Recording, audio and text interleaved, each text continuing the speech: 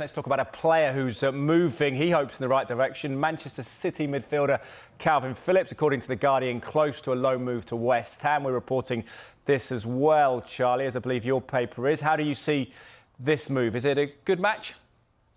I think it's a really good match. You know, be a great move for him and a great piece of business for West Ham. Of course, it's not totally over the line. While that offer's been accepted by Manchester City, we're now going to wait and see who else comes with an offer and whether that would be, you know, attractive for Phillips to go somewhere else. But, you know, Pep Guardiola doesn't get many transfers wrong, does he really? You could argue what we've seen tonight, Cole Palmer is probably one of them, a mistake in letting him leave for Chelsea. But, yeah, it's been a real struggle for Phillips. And, of course, he knows that he has had no choice but to move now. He simply has to play some football if he is going to get in that Euro 2024 squad. Certainly, he'll probably get in the squad, but that team, because, you know, there is a vacant space next to Declan Rice at the moment, because Jordan Henderson, his move is a disaster. Trent Alexander-Arnold, he doesn't play there enough. So Phillips knows if he can play for West Ham and get some consistent performances in, it'd be a good move for him club-wise, but he'd be back in the fold for England as well. David, what's your read on it? Does it hinge on whether he starts? Could that be tricky potentially at West Ham? Is that where the jeopardy may lie? They've got a good midfield.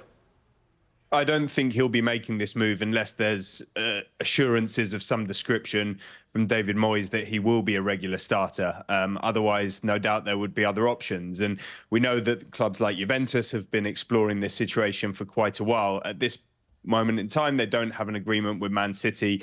West Ham do, and the player, I would expect, the way things are looking, that he will agree to that move. We don't think personal terms are going to be a problem. There's a medical sort of scheduled for later this week.